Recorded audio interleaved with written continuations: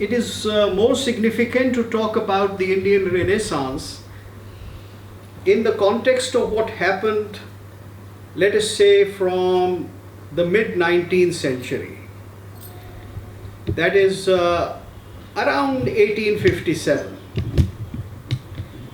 or rather after 1857, because that's when the political scene warms up, and the present political formation of India, which we have today in the shape of three major nations, Pakistan, Bangladesh and India, had already started emerging in some preliminary ways or the other.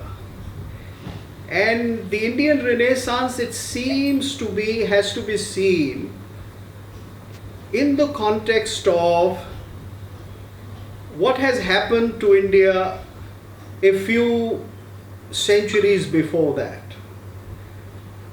As a matter of fact, if you are going to talk of Renaissance, then you have to first grant that there has been a period of some kind of sleeping or some kind of downfall or some kind of getting off the center. And Renaissance means that there is now a new vision, a new revival with the help of some things. So if that is to be seen, then I think it is in the 19th century that things emerge in terms of what can be called nationalism. And whenever I think of nationalism, then I always think of the Uttarpada speech. And to my mind, that is still the most definitive statement on what Indian nationalism can be. Of course, something like nearly 15 years later, Savarkar writes the book Hindutva, but perhaps he follows Shri Aurobindo. He makes it more contemporary, he defines certain things, he gives the political boundaries more clearly, but the fundamental vision that the Indian nation and Indian nationhood is to be equated with Sanatan Dharma is very clear in the Uttarpada speech, and that is the basis to my mind for any Indian Renaissance and any Indian idea of nationhood. Now, that is one thing which I say in the context of the political formation. Now, in the context of what was actually happening on the ground, apart from the great technological changes that came in with the new technology, 19th century was well known for the transition from the oral to the print in the textual world. I was told by somebody who worked with the Sahitya Academy many years ago that on the basis of his research, India happened to produce between 1870 and 1930 a larger number of titles than the whole of Europe. That the number of books in various Indian languages which were published in this period of 60 years or so was very huge. So that signifies the major transition that took place from how our texts were there in the oral form. Now, of course, they were there in the manuscript form, but then they were in the minds of the people. Adhit, what is called adhit in Sanskrit. That is, it was in their mind, it was in their heart, and that is how they transmitted. So that was the oral tradition, which transformed into the print tradition. And that made a very, very significant difference for the tradition itself, for how knowledge is to be transmitted.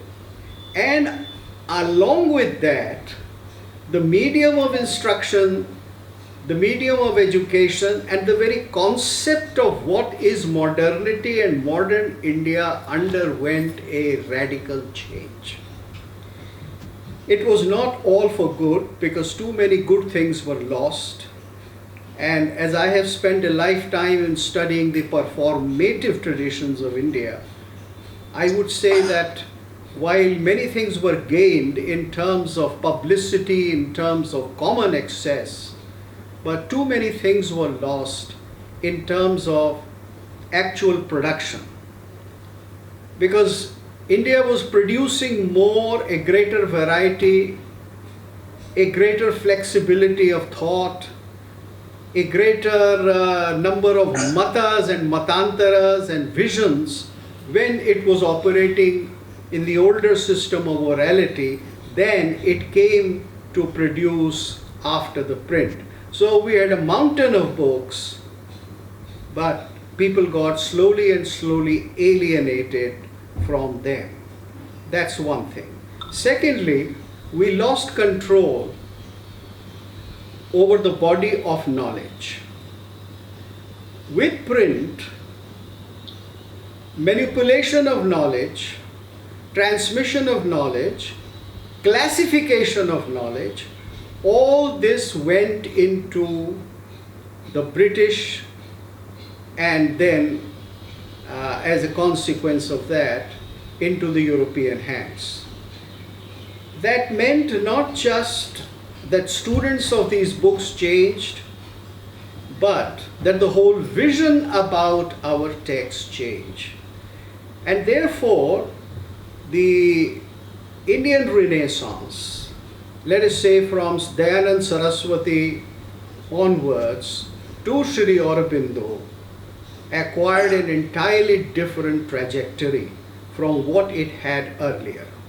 You see, in the Islamic period, there may have been, and of course there is no point in denying it as some of us do compulsively still, there was massive destruction of our texts and massive loss of our performing traditions and practicing vidyas.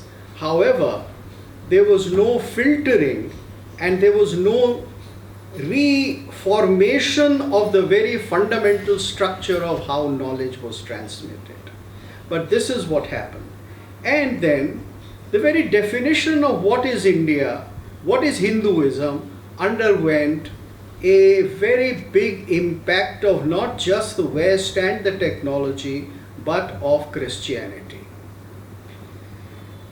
The most important thing that happened was, at this point, that certain Christian prejudices, they became paramount.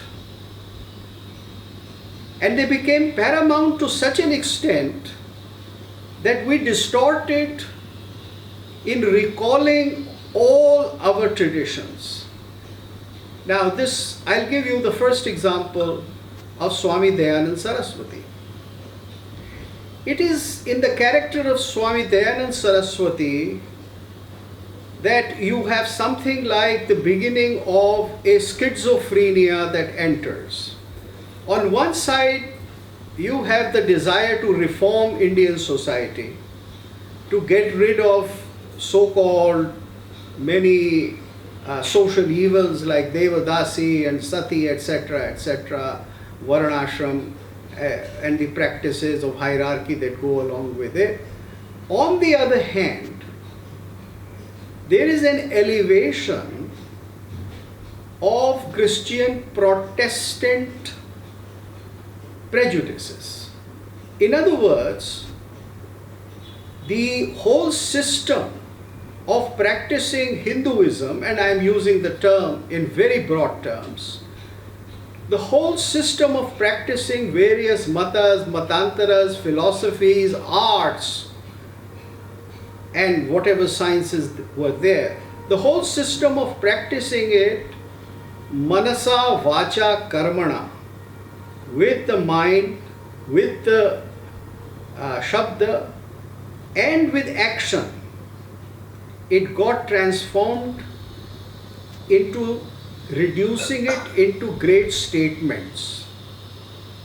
Now this was the Protestantization, if I may so call it, that you redefine Hinduism.